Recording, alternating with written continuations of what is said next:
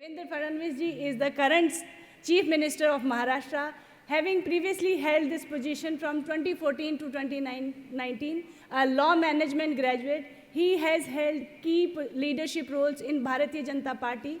Devendra ji is known for spearheading major infrastructure projects like Mumbai Metro, Samruddhi Expressway, Coastal Road, etc. His governance model focus on rural development, agriculture growth, women empowerment, लाडकी बहन याद है ना आप लोगों को, and fostering sustainable economic growth through innovation and public private partnership. माननीय मुख्यमंत्री श्री देवेंद्र फडणवीस जी।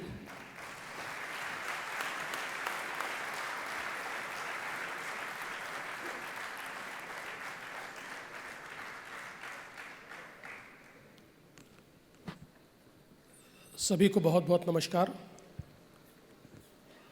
मंच पर उपस्थित वर्ल्ड हिंदू इकोनॉमिक फोरम की पुरोधा श्री स्वामी विज्ञानंद जी, आज के अध्यक्ष हमारे राजेश शर्मा जी, पद्मश्री टीवी मोहनदास पै जी, शैलेश त्रिवेदी जी, हमारे बीच उपस्थित सुरेश भगेरिया जी, संजय नगरकर जी, विपिन जी, मंगल प्रभात लोढ़ा जी, मंचासीन सभी महानुभाव और यहाँ पर उपस्थित सभी बहनों और भाइयों, सबसे पहले मैं आप सभी का इस मुंबई नगरी में, जो भारत की आर्थिक, वाणिज्यिक, व्यापारिक, मनोरंजन की राजधानी है, इस राजधानी में बहुत बहुत स्वागत करता हूँ, अभिनंदन करता हूँ। और मैं वर्ल्ड हिंदू इकोनॉमिक फोरम का भी आभार व्यक्त करता हूँ कि आपने इस बार एनुअल ग्लोबल कॉन्फ्रेंस के लिए महाराष्ट्र को चुना, मुंबई को चुना। और मैं ऐसा मानता हूं कि मुंबई न केवल हमारे देश की आर्थिक राजधानी है, आने वाले दिनों में हमारे देश की फिनटेक की राजधानी भी मुंबई बनने जा रही है। तो मुझे बहुत खुशी है कि आज हम सभी लोग यहाँ पर एकत्रित हुए हैं। वर्ल्ड हिंदू इकोनॉमिक फोरम ने पिछले कई वर्षों में हमारे आर्थिक सामाजिक विकास के क्षेत्र में हिंदू इथोस के आधार पर हम विकास कैसे कर सकते हैं, इसके बारे में कई संकल्पनाएं हमारे सामने रखी है। हम सभी लोग जानते हैं कि पश्चिमी सभ्यता में और हमारी सभ्यता में एक मूलगामी अंतर ये है कि वहाँ ये माना जाता है कि सर्वाइवल ऑफ द फिटेस्ट, जिसमें ताकत होगी वो जिएगा, जिसमें ताकत नहीं होगी वो समाप्त हो जाएगा। लेकिन हमारे हिंदू चिंतन ने कभी भी इस बात को नहीं माना। हमारे चिंतन ने माना है कि जो जन्मा है वो जिएगा और समाज उसके जीने की व्यवस्था करेगा। और ये जो अंतर है, इस अंतर के चलते अगर हम हमारा इतिहास देखें तो दुनिया में हमारी भारतीय सभ्यता एक ऐसी सभ्यता है जिसने अपने कर्मण्यता के भरोसे, अपने पुरुषार्थ के भरोसे विकास किया है। दुनिया की आज की जो बड़ी बड़ी अर्थव्यवस्थाएं हम लोग देखते हैं, इन अर्थव्यवस्थाओं के इतिहास में हम जाएंगे तो कहीं ना कहीं शोषण नज़र आता है, उपनिवेशवाद नज़र आता है। लेकिन भारत की अर्थव्यवस्था, जो हम लोग ये जानते हैं और हमेशा कहते हैं कि 15वीं शताब्दी में दुनिया के जीडीपी में करीब 35 से 39% हिस्सा ये भारत का था। ये जो आर्थिक प्रगति भारत ने की, ये कभी भी उपनिवेशवाद के भरोसे, शोषण के भरोसे नहीं की। हमने कभी आक्रमण करके लूट के अपनी संपत्ति को बड़ा नहीं किया, तो हमारे चिंतन ने हमेशा अपने पुरुषार्थ के भरोसे अपनी संपत्ति को बड़ा किया। और हमारे देश में, हमारे चिंतन में उसी राजा को बड़ा माना गया जिस राजा ने देने का काम किया। लेने का काम करने वाले राजा को हमने कभी बड़ा नहीं माना। जो देता गया, जो लोगों का कल्याण करता गया, जो जनता का कल्याण करता गया, उसी को हमने हमेशा बड़ा माना है। और हम लोग ये भी जानते हैं कि एक प्रकार से अंग्रेजी हुकूमत के बाद या लगातार आक्रमणों के बाद जिस प्रकार की अवस्था हमने इस देश में देखी, और स्वतंत्रता के बाद जिस प्रकार का आर्थिक चिंतन हमने देखा, तो वो दौर भी था कि 90 के दशक में हम लोगों का मजाक उड़ाया जाता था और कहा जाता था हिंदू रेट ऑफ ग्रोथ। हमारी अर्थव्यवस्था के विकास दर को हिंदू ग्रोथ रेट कहा जाता था और मजाक में कहा जाता था कि ये तो चींटी के पांव से चलता है, ये तो आगे बढ़ता ही नहीं है। या फिर ये भी कहा गया कि एक प्रकार से ये तहस नहस होने वाली अर्थव्यवस्था है, एक प्रकार से समाप्त होने वाली अर्थव्यवस्था है।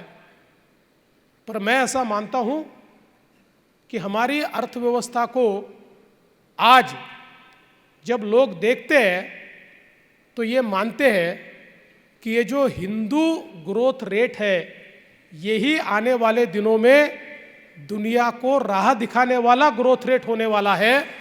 और आज जब लगातार हम लोग दुनिया की सबसे तेजी से बढ़ती हुई अर्थव्यवस्था बने हैं, दुनिया की 5वीं सबसे बड़ी अर्थव्यवस्था से 3री सबसे बड़ी अर्थव्यवस्था की ओर जा रहे हैं, ऐसे समय मैं ऐसा मानता हूं कि भारत ने दुनिया के सामने उदाहरण पेश किया है।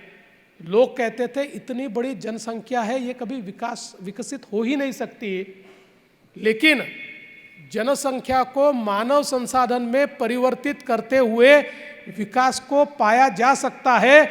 और ये विकास भी सबको साथ में लेकर इंक्लूसिव विकास हो सकता है। इसका नमूना अगर किसी देश ने दिया है तो हमारे भारत ने दिया है। ये कहते हुए मुझे बहुत खुशी होती है।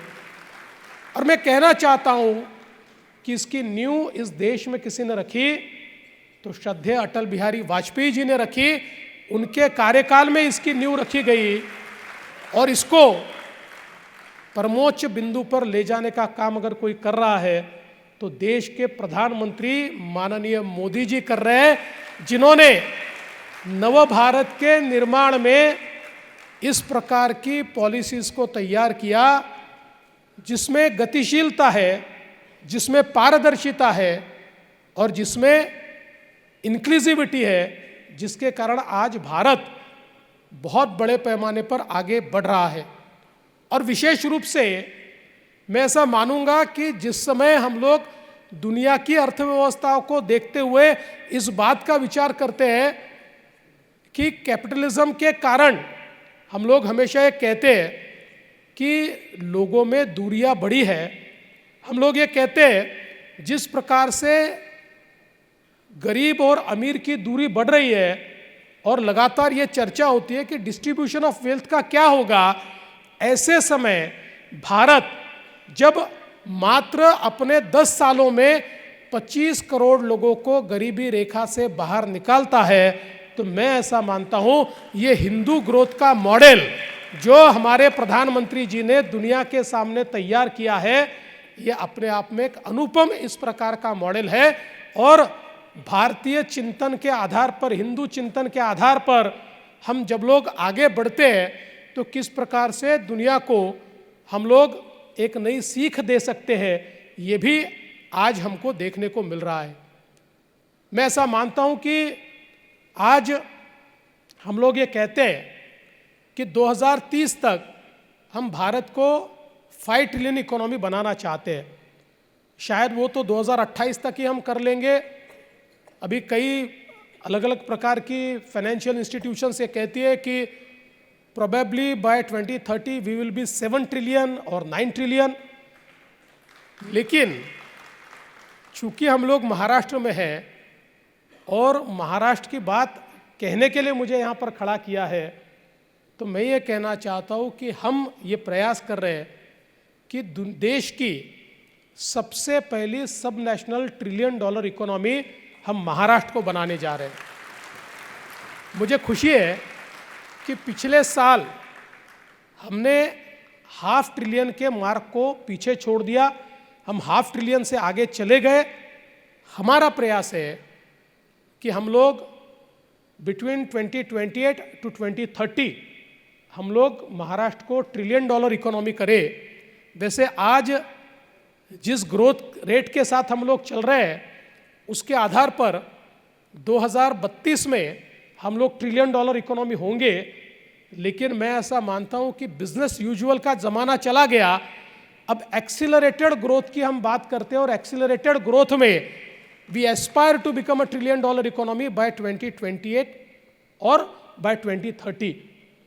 और इसके लिए हम लोगों ने एक इकोनॉमिक एडवाइजरी काउंसिल तैयार की और इस काउंसिल के माध्यम से महाराष्ट्र की इस ग्रोथ को हम कौन से क्षेत्र में प्रोपेल कर सकते हैं, एक्सेलरेट कर सकते हैं, इसका एक अभ्यास किया और उसके आधार पर हमने हमारी नीतियों को तैयार किया है।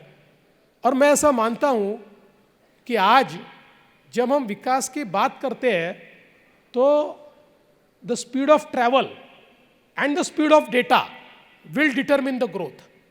स्पीड ऑफ ट्रैवल इसलिए कि दुनिया ने भारत को जिस प्रकार की व्यवस्था में आज खड़ा किया है, उस व्यवस्था में ग्लोबल सप्लाई चेन में हम लोग एक प्रमुख भूमिका अब निभा सकते हैं और हमको निभानी ही पड़ेगी।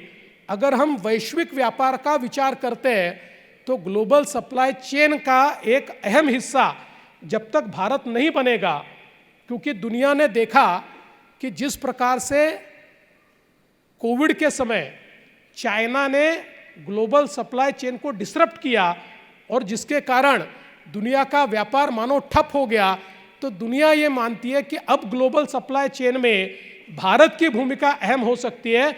और इसलिए speed of travel, cost of travel, फिर वो व्यक्तियों की हो या गुड्स की हो, ये दोनों चीज़ें बहुत महत्वपूर्ण है, लॉजिस्टिक्स बहुत महत्वपूर्ण है। और उसी दृष्टि से हम लोगों ने महाराष्ट्र में लॉजिस्टिक्स का विचार करते हुए 360 डिग्री में विचार किया है। हम लोग यहाँ पर जो हाई स्पीड हाईवेज है उनका एक जाल बुनना चाह रहे हैं। बहुत बड़े पैमाने पर हाई स्पीड हाईवेज हम लोग तैयार कर रहे हैं। नागपुर मुंबई समृद्धि हाईवे जो हमने तैयार किया, 700 किलोमीटर का ग्रीनफील्ड रोड मात्र 5 सालों में हमने बनाया, जो 16 हमारे डिस्ट्रिक्ट को सीधा JNPT पोर्ट से जोड़ता है। तो 16 हमारे डिस्ट्रिक्ट्स आज ऐसे हैं कि जो सीधे पोर्ट लेड डेवलपमेंट के साथ जुड़ रहे हैं।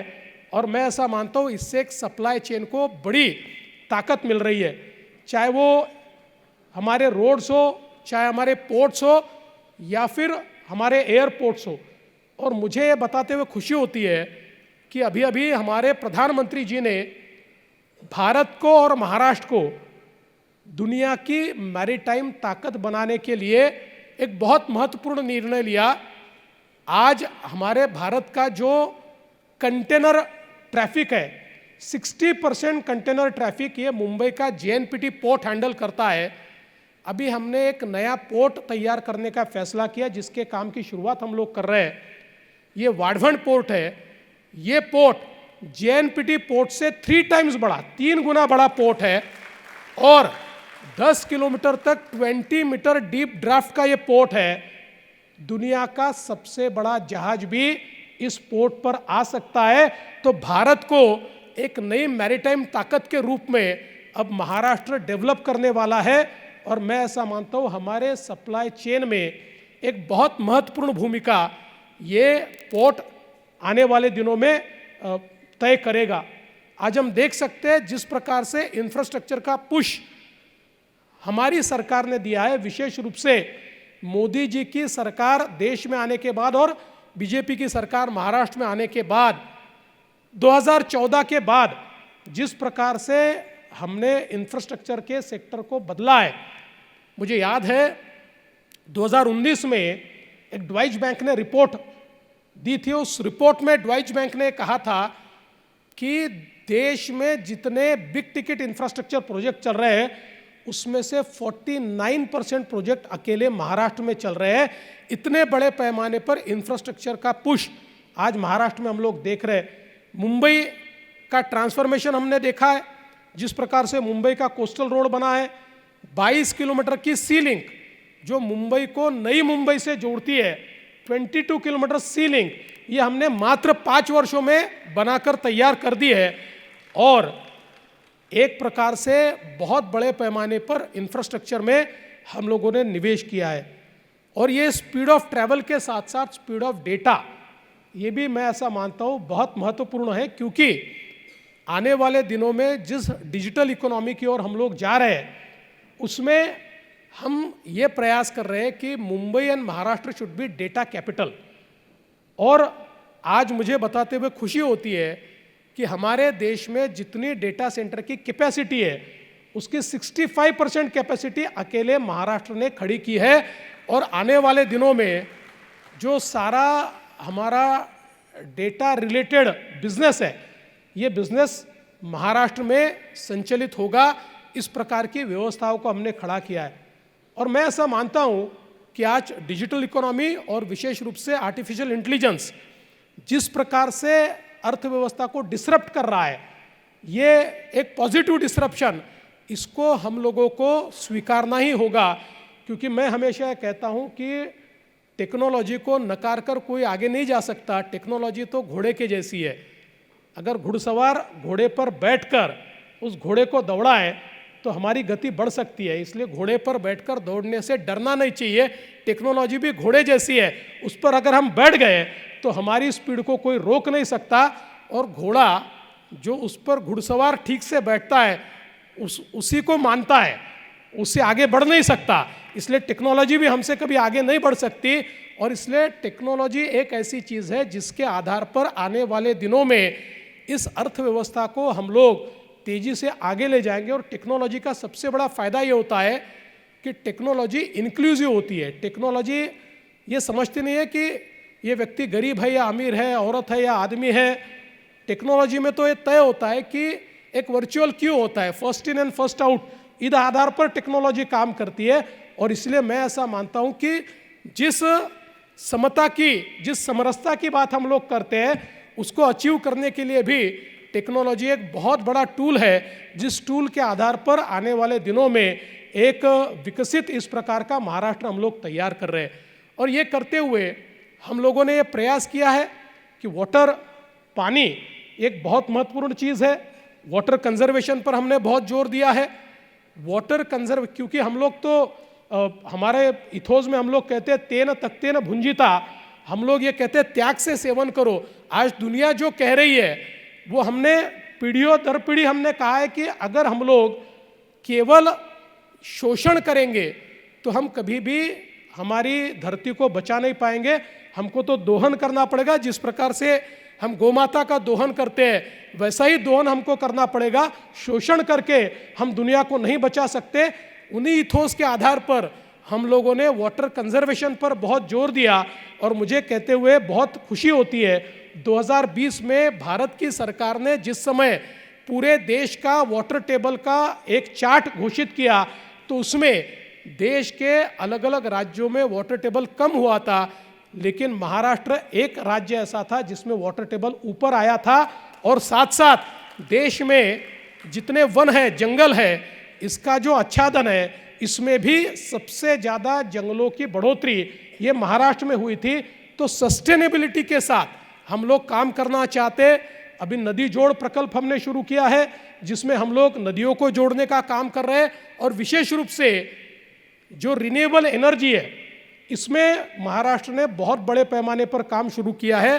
मैं बताना चाहता हूँ कि आज महाराष्ट्र में केवल 16% हमारी एनर्जी ये रिन्यूएबल्स के माध्यम से आती है, लेकिन 2030 में 52%, 52% हमारी एनर्जी ये रिन्यूएबल के माध्यम से आएगी।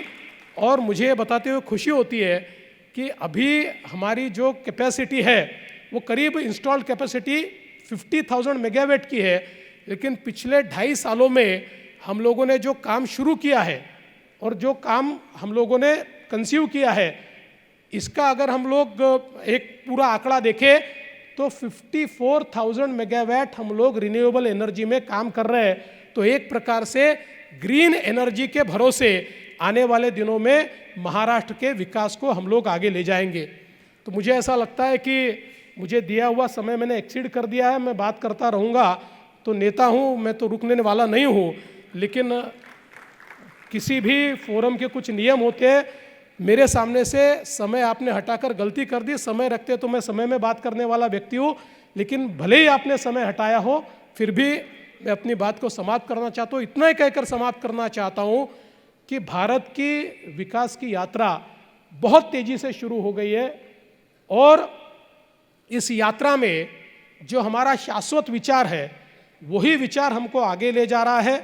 जिस प्रकार से हमारे देश में केवल आर्थिक और सामाजिक नहीं तो सांस्कृतिक पुनरुत्थान भी हमारे प्रधानमंत्री जी के नेतृत्व में हो रहा है, ये सारी चीज़ें मिलाकर भारत को एक मजबूत देश के रूप में प्रस्थापित कर रही है। आने वाले दिनों में दुनिया भारत की ओर ही देख रही है, दुनिया को दिशा भी भारत देने वाला है। और ऐसे समय इस भारत के पावर हाउस के रूप में, इस भारत की रीढ़ की हड्डी के रूप में, इस भारत की ताकत के रूप में महाराष्ट्र को प्रस्थापित करने का काम हम करेंगे, ये विश्वास मैं आप सभी को देता हूँ। फिर एक बार अलग अलग देशों से यहाँ पधारे हुए हमारे वर्ल्ड हिंदू इकोनॉमिक फोरम के सभी सदस्यों का मैं बहुत बहुत स्वागत करता हूँ। हमारे सभी पदाधिकारियों का आभार व्यक्त करता हूँ कि आपने महाराष्ट्र और मुंबई को ये मौका दिया कि यहाँ पर ये कॉन्फ्रेंस हो रही है। बहुत बहुत धन्यवाद। जय हिंद, जय भारत, जय महाराष्ट्र।